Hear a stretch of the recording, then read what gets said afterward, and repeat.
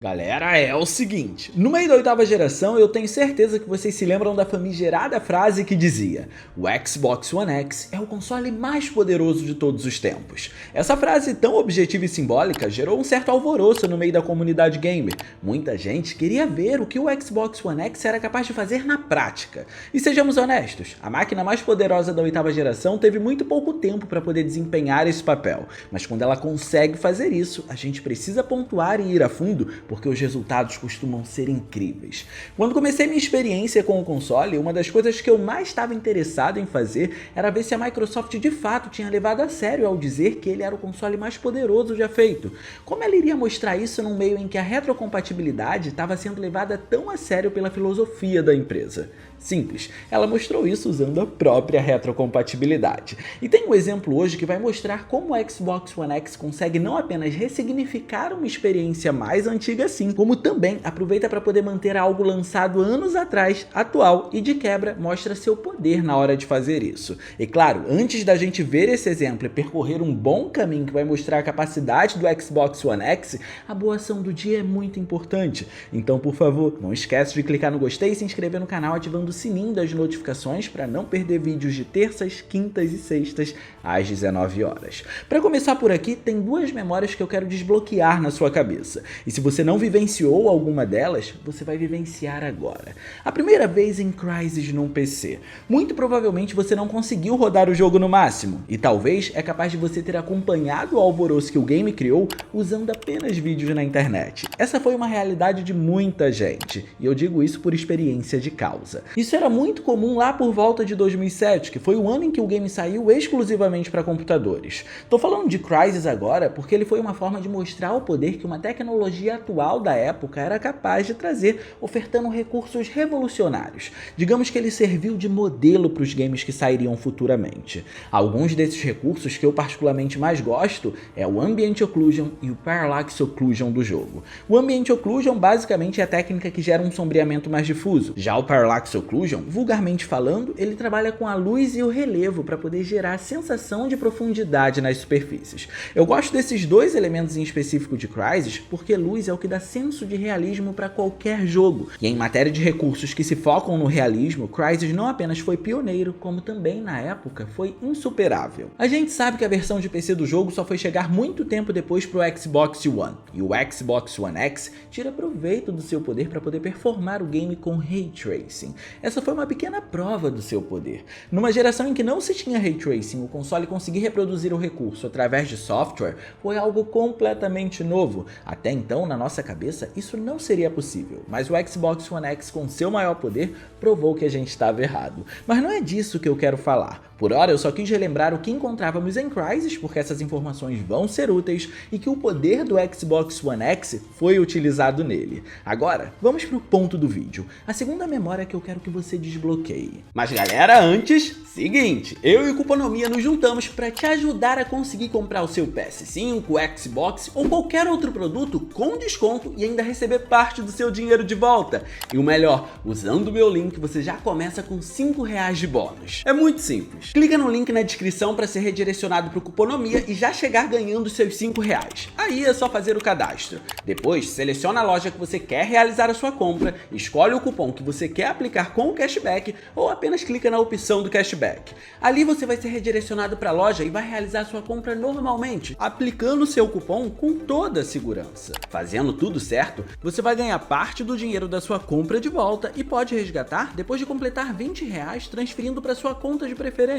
Assim como eu, você pode economizar na hora de ter um desse ou esse usando o Cuponomia. Então não esquece de clicar no meu link na descrição ou no comentário fixado para já começar aproveitando o seu bônus. O ponto do vídeo é a época em que você tinha acabado de comprar o Xbox 360. O 360 foi sem sombra de dúvidas um grande console, mas não, ele não recebeu o Crysis como deveria. Essa versão do jogo no console nem representa o que ele é capaz de fazer, é um demérito tanto para o console como também para a própria franquia franquia que sempre foi referência gráfica. Só que, se os PCs estavam impressionando de um lado, o 360 veio para poder impressionar de outro. E ele fez isso em 2008, um ano após o lançamento de Crysis. E o jogo que assumiu esse papel trazendo tantos recursos foi Gears of War 2. Acho que não é muito segredo que o segundo game da franquia foi um marco no console. Muita gente comprava o Xbox 360 apenas buscando jogar o título. Mas tem uma coisa interessante na sétima geração, é que os jogos verdadeiramente bem feitos tinham muito mais para poder oferecer, porém, ou não conseguiam, ou isso não era valorizado pela falta de popularidade de conhecimentos mais técnicos por parte do público, por assim dizer. Às vezes os efeitos estavam lá, mas ninguém entendia e nem tinha acesso a esse tipo de informação. A verdade é que o jogo impressiona com seus visuais no 360, mas a resolução de 720p escondia ou não evidenciava inúmeros detalhes. Alguns detalhes, inclusive, que mostraram como esse jogo foi o responsável por fazer a Unreal Engine 3 evoluir na plataforma. Existem muitos pormenores que passaram despercebidos no Xbox 360. Por isso, chegamos no Xbox One X com a sua retrocompatibilidade para ele ajudar a gente nessa tarefa de identificação. O motivo que me fez ficar tão ansioso pelo Xbox One X, mesmo que eu já fosse portador do Xbox One base, é que ele vinha para transformar até as experiências que já tinham sido lançadas bem antes da sua chegada. Por exemplo, The Witcher 3 saiu do foco dos 30 quadros por segundo para almejar os 60 FPS. E isso é incrível de fato, mas ver jogos do Xbox 360 saindo dos seus 720 pixels para rodarem em 4K nativo não apenas foi algo que ressignificou a experiência com um jogo de sétima geração, como também permitiu que ele não ficasse preso a ela apenas. O que acontece é que, especialmente em games que têm gráficos mais audaciosos, ter uma resolução maior é interessante porque facilita com que os detalhes que antes não eram percebidos agora sejam vistos e ainda por cima diminui a lacuna que existe com os jogos atuais, fazendo com que eles consigam participar de alguma forma, mesmo com as limitações, do mesmo ciclo geracional que a gente está atualmente. Um jogo em 720p ou com uma resolução inferior a essa é um caso muito diferente de um jogo rodando em 1080p nativamente. O 1080p até é mais baixo do que o 4K, mas hoje, em uma boa TV com um bom sistema de upscaling, você não perde essa quantidade de detalhes que o 720p, por exemplo, faz com que você perca. É claro que, se formos comparar o que Gears of War 2 fez com o que um game atual da franquia faz, vai existir um vão de diferença, mas até que ponto esse vão consegue impedir o jogo de ser jogado em seu máximo hoje em dia? E o melhor, como o 4K evidencia o diferencial de Gears of War 2 dentro da saga. De uma forma geral, nesse sentido, a missão do console foi tão bem sucedida que existem jogos do primeiro Xbox e até do PlayStation 2 de certa forma que foram transformados pelo Xbox One X, mas ainda não é a hora da gente falar deles. Então eu comecei a rejogar Gears of War 2 no console. E para ser muito sincero, já no Xbox 360 ele fazia bastante coisa originalmente, por isso a gente vai relembrar alguns dos recursos do jogo no console, enquanto vemos a transformação causada pelo Xbox One X que nos permite evidenciar agora detalhes que antes não eram evidenciados. Então, sabe o Ambient Occlusion que mencionamos no Crysis? Bem, Gears of War 2 deu um jeito de já em 2008 reproduzir a técnica no console. Esse daqui foi um dos primeiros games da época que conseguia trazer tal recurso focado na iluminação, e o Ambient Occlusion de Gears of War 2 é muito interessante da gente entender. Podemos dizer que a técnica foi implementada sob medida. Isso quer dizer que, até muito em função das limitações do Xbox 360, o game não podia simplesmente sair espalhando Ambient Occlusion em qualquer coisa, então cada área que recebeu a implementação foi contada. Mas a grande sacada era que, na tentativa de fazer com que o recurso se mantivesse bem sempre que você seguisse em frente pelas salas e corredores, sem deixar transparecer que era um recurso limitado e que não estava aplicado em todas as superfícies ou em todas as salas, ele calculava dados do quadro anterior para poder manter a técnica em cada local que você estava direcionando a sua visão. Se pudéssemos fazer uma comparativa por aqui, funciona basicamente como um anti-serrilhamento temporal. O jogo usa dados dos pixels anteriores para poder calcular os pixels presentes e assim dar consistência e suavização na imagem. Por óbvio, são técnicas bem diferentes, mas o princípio do drible técnico para elas poderem se executar é similar. Ou seja, Crysis não ficou com o mérito de ser o único que usava uma técnica assim por muito tempo. E para chegar no Xbox One X, essas informações são fundamentais. Depois que o Xbox One X transformou Gears of War 2 com a resolução em 4K, os elementos ficaram mais destacados como consequência. E algo que assusta é como o jogo não sofre nada quando o assunto são os serrilhados. Mas esse não é um mérito completamente da resolução em 4K. Veja bem, a resolução em 4K notavelmente ajuda, mas o que precisamos trazer de informação lá do Xbox 360 que está presente aqui, independentemente do uso da resolução aplicada, é o tipo de anti-serrilhamento utilizado. A técnica que usaram no console é a do mais alto padrão da época, e isso foi importante porque ele rodava em 720p, serviu para poder suavizar as bordas dele. Só que mesmo dentro da quadrilogia original, Gears of War 2 é o título que detém o melhor uso de anti-serrilhamento. Nos jogos que vieram depois dele na 7ª geração, o estúdio resolveu abrir mão da técnica porque ela era muito pesada e assim ter mais espaço de poder técnico para conseguir implementar um melhor uso de iluminação nos jogos seguintes. E isso pode até soar como um desmerecimento para o título, mas não com o Xbox One X em cena. Afinal de contas, a técnica pesada de anti-serrilhamento que estava presente no Xbox 360 em 720p foi trazida para cá, mesmo que o jogo esteja rodando em 4K. E isso não é um problema para o console da Microsoft de 8ª geração. Para começar pelo básico, o sistema de multidão, agora rodando em 4K e com o apoio da técnica de anti-serrilhamento, gerou muito mais individualidade para os personagens que fazem parte dele. Esse recurso apareceu graças aos aprimoramentos feitos na Unreal Engine 3 depois do lançamento do primeiro game da franquia, e ele é o primeiro aspecto que podemos citar que usufrui agora da resolução em 4K nativo proporcionada pelo Xbox One X. Mesmo em cenários que tem muita coisa acontecendo, essa consistência toda vinda com a resolução mais alta, aliada do anti-serrilhamento, não permite que os inimigos se percam com facilidade na cena, algo que acontecia um pouco no Xbox 360 com algumas quedas na taxa de quadros por segundo, que agora também sumiram. O Xbox One X deu conta de tudo com muito mais resolução e sem perder a performance. Digamos que o jogo fazia muitas coisas incríveis lá, mas algumas delas acabaram ficando escondidas. Quer um outro exemplo bem interessante disso? Os cenários do primeiro game tinham trechos escuros para poder economizar poder de hardware ao não exibirem todos os detalhes necessários nas superfícies. Já aqui no segundo jogo, abdicaram dessa necessidade. Só que no 360, mesmo que na época os 720p para o padrão do console fosse algo bom, não era algo tão interessante nesse sentido, porque a nitidez não é nem de longe algo a se comparar com o 1080p. E hoje, executando o jogo em uma TV OLED em que os tons de preto são devidamente equilibrados, a evolução é logo notada. As partes escurecidas são escurecidas na iluminação e não na superfície. Ou seja, diferentemente do primeiro jogo, se você for numa área escura e quiser encontrar detalhes minuciosos nas superfícies, agora você consegue encontrar graças a tantas possibilidades inseridas no game,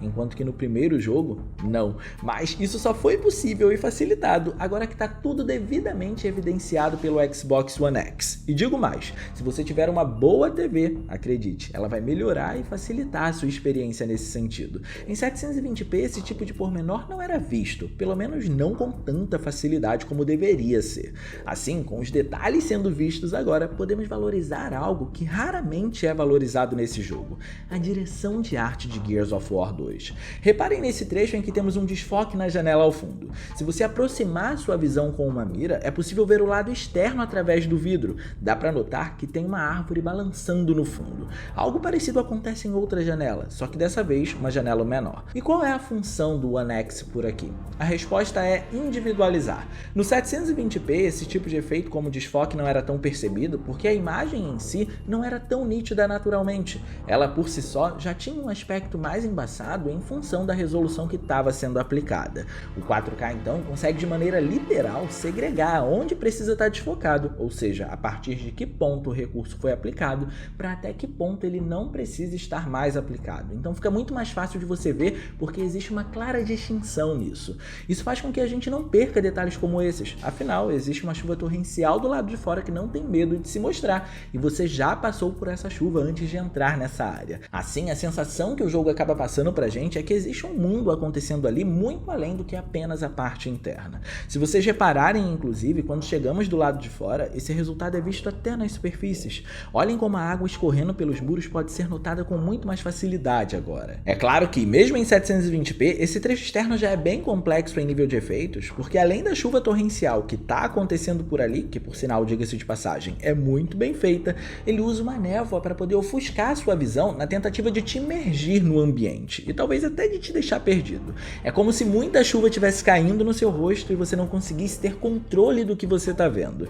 E isso realmente atrapalha na hora de observar elementos tão minuciosos como a água escorrendo nas superfícies. Mas não com o 4K.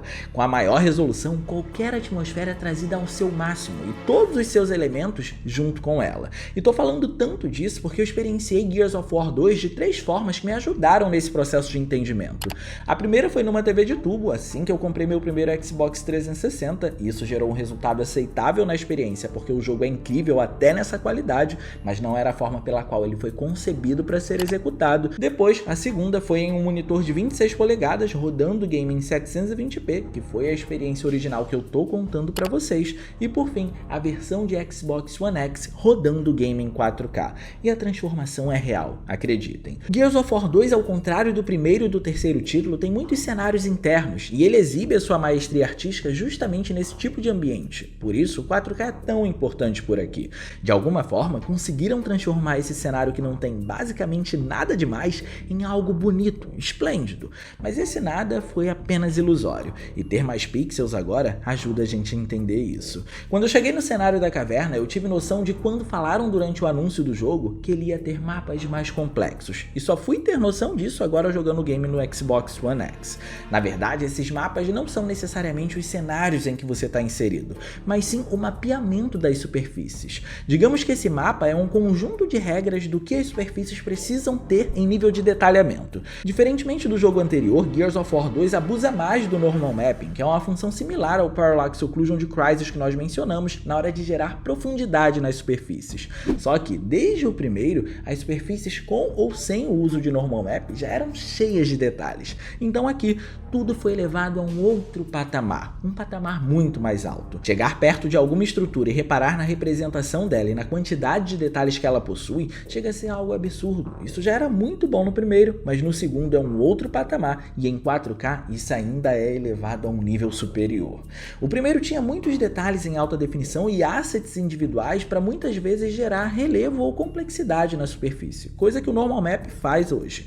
Já o segundo traz tudo isso com muito mais Normal Map. Entende que o segundo jogo traz tudo que o primeiro tinha, corrige algumas falhas e faz tudo isso elevando a um patamar mais alto? Esse é o ponto. Agora pensem nesse número de detalhes em um mapa muito maior, e dessa vez eu estou me referindo aos cenários. Inclusive, reparem nesse trecho. A ideia dele foi só mostrar como o corpo da água foi melhorado. A melhoria é vista no shader que a representa e também na sua física. A deformidade da água é muito boa no game, mas o jogo resolveu fazer isso em um cenário imenso, quando na verdade bastava que fosse apenas em um local mais discreto. Então, mesmo sendo um local fechado, esse cenário e diversos outros definitivamente não se poupam na sua extensão e fazem questão de mostrar essa complexidade em larga escala. E nesse ponto, a parte interessante do 4K do Xbox One X é que ele facilitou com que o cenário fosse visto mesmo de uma grande distância.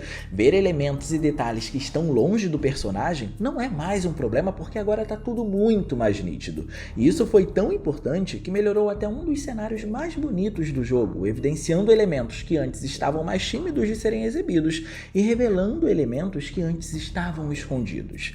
Quando você chega no último capítulo do game, existem dois lados da cidade, um em que ela ainda está de pé e o outro em que ela está destruída. E a parte em que ela está completamente destruída, em 4K, com muitos elementos em tela e cheia de profundidade, é genial de ser vista.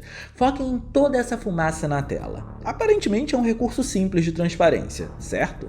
Mas não é só isso. Boa parte de Gears of War 2 foi feita à mão, sem muitos recursos para poder automatizar tarefas e resultados, e por isso eu acredito que a direção de arte desse jogo em específico dentro da franquia é tão única. O controle da luz indireta é uma dessas partes, por exemplo. Vocês vão reparar ao longo do game que a iluminação dele não é baseada numa luz natural, sempre tem um ar sombrio por trás dele. Ainda que tenhamos feixes de luz entrando por uma janela e rebatendo essa luz no cenário, o local não é iluminado como deveria poderia ser numa vida real. Geralmente nesses jogos em que esse tipo de recurso é posto manualmente, o desenvolvedor e o artista precisam ter uma boa noção de como a luz se comporta no mundo real.